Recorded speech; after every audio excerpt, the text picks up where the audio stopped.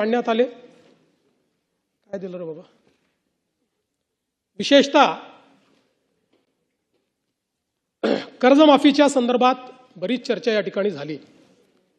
पहिल्यांदा तर अध्यक्ष महोदय, आपल्याला याची कल्पना आहे की कर्जमाफी हा एक परिस्थितीची आवश्यकता म्हणून आपण करतो। कुठल्याही कर्जमाफीने शेतकरी कधी श्रीमंत झाला नाही तर होऊ शकत नाही, पण त्यावेळी शेतकऱ्याला क्रेडिटवर्दी बनवायचं जेणेकरून त्याला सावकाराकडे जावं लागणार नाही, हे एक महत्त्वाचं उद्दिष्ट आपल्या कर्जमाफीचं असतं।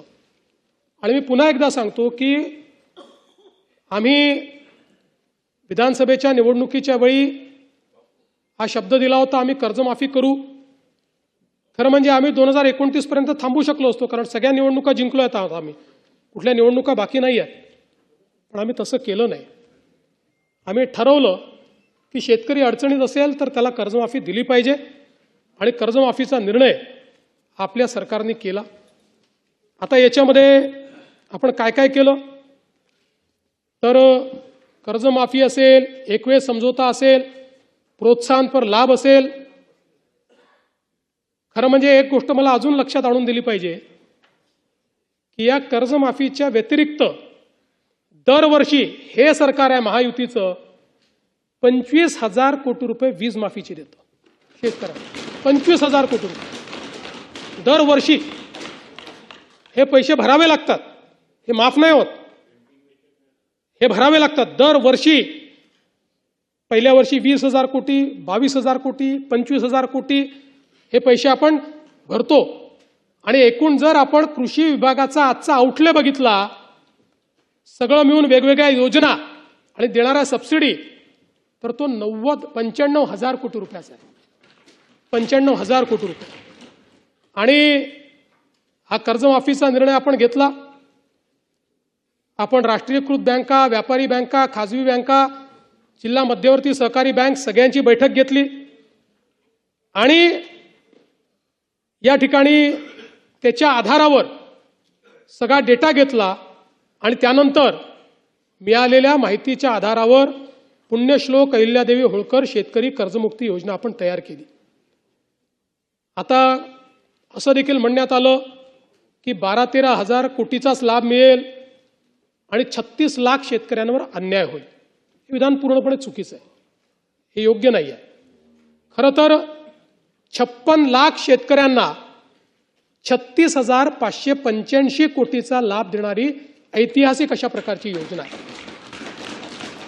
आता मी आपल्या लक्षात आणून देतो,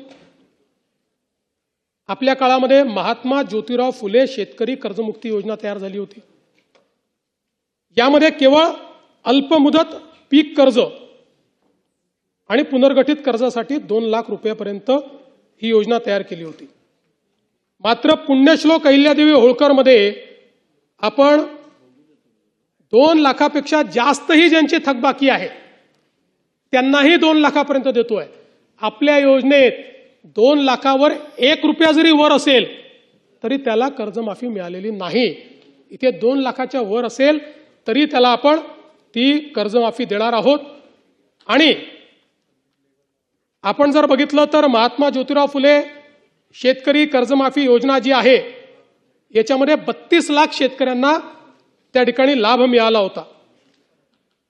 त्यापैकी बहुतांश शेतकऱ्यांनी पुन्हा कर्ज भरलेलं आहे, काही शेतकऱ्यांनी भरलेलं नाही। आणि म्हणून आपण ज्यावेळेस कर्जमाफीच्या संदर्भात निर्णय करायला घेतला त्यावेळी आपण एक प्रवीण परदेशींची कमिटी तयार केली होती आणि या कमिटीला आपण काही लॉंग टर्म, काही शॉर्ट टर्म अशा पद्धतीनं काही सूचना द्यायला सांगितल्या होत्या। त्यामध्ये सूचना देत असताना काही लॉंग टर्मच्या दिल्या, काही शॉर्ट टर्मच्या दिल्या, पण एक गोष्ट प्रकर्षाने त्यांनी मांडली।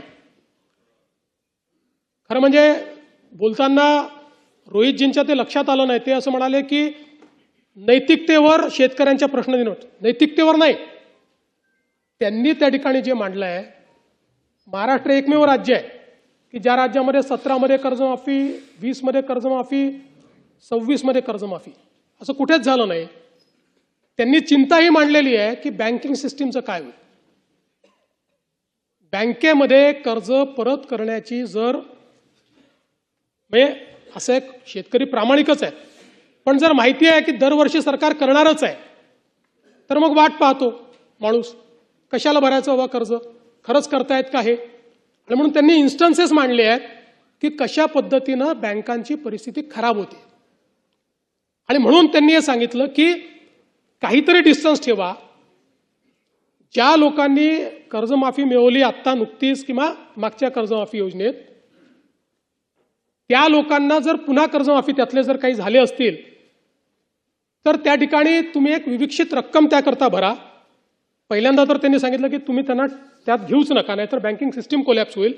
पण मग त्यांनी सांगितलं की विविक्षित रक्कम भरा, काही रक्कम त्यांना भरू द्या, म्हणजे मग या ठिकाणी बँकिंग सिस्टीम चालेल.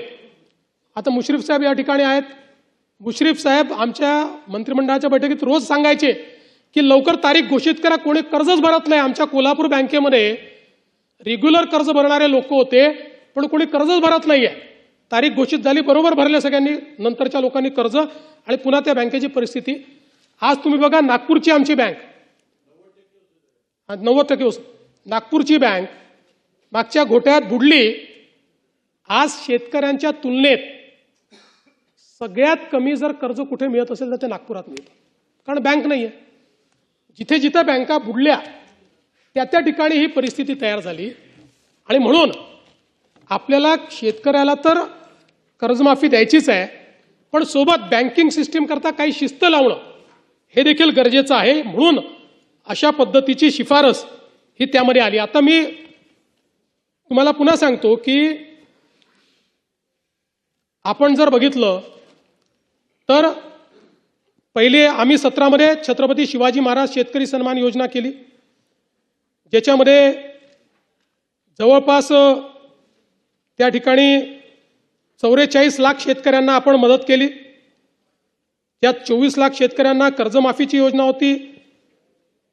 4.27 लाख शेतकऱ्यांनी एकवेळ समझोता केला. 14,89,000 शेतकऱ्यांना आपण प्रोत्साहनपर पैसे दिले.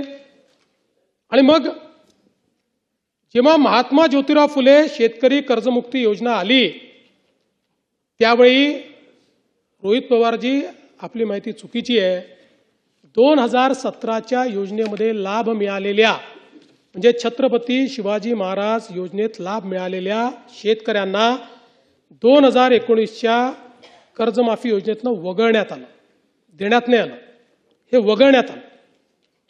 त्यामुळे या ठिकाणी 17ला लाभ मिळालेल्या शेतकऱ्यांना महात्मा ज्योतिराव फुले कर्जमुक्ती योजनेत लाभ मिळालेला नाही, त्यांना वगळलेला आहे. म्हणून आपल्याला मिळालेली माहिती वस्तुस्थिती दर्शक नाही आहे. एवढंच नाही, 2008 साली देशामध्ये कर्जमाफी झाली, त्यानंतर 9 मध्ये आपण आणली महाराष्ट्रामध्ये, 8 नंतर. आता 9 मध्ये देखील आपण ज्यावेळेस आणली त्यावेळेस 8च्या माफीमध्ये जे समाविष्ट होते त्यांना आपण वगळलं आणि इतरांना आपण 20,000पर्यंत त्या ठिकाणी मदत केली. मर्यादा जी होती ती 20,000ची मर्यादा होती. जवळपास 34 लाख शेतकऱ्यांना 4,000 कोटी रुपये आपण 2009 साली दिले होते. आणि म्हणून हे काही पहिल्यांदा झालेलं नाहीये. या प्रत्येक वेळी लगतची जी कर्जमाफीची योजना आहे त्या कर्जमाफीच्या योजनेतल्या जे पात्र झाले आणि ज्यांना लाभ मिळाला त्यांना वगळण्यात आलेलं आहे. आणि आपण जर बघितलं तर याच्यामध्ये परतफेडीच्या संदर्भातही हे जे टाकण्यात आलं की 2026 आणि 27ला पैसे परत केले पाहिजे, याच्या मागचा उद्देश हाच होता की आपण ज्यांना प्रोत्साहन देतोय, प्रोत्साहन घेत असताना त्यांनी पुढे नीट कर्ज भरलं पाहिजे, या दृष्टीनं आपण या ठिकाणी अशा पद्धतीची योजना केली होती. मला खरं म्हणजे मी तिन्हीचा चार्ट या ठिकाणी तयार केलेला आहे. आपल्या लक्षात येईल आत्तापर्यंतच्या योजनांमधली सगळ्यात मोठी योजना ही यावेळची कर्जमाफीची योजना आहे. टाळ्या याच्यानंतर वाजवा, टाळ्या याच्यानंतर वाजवा.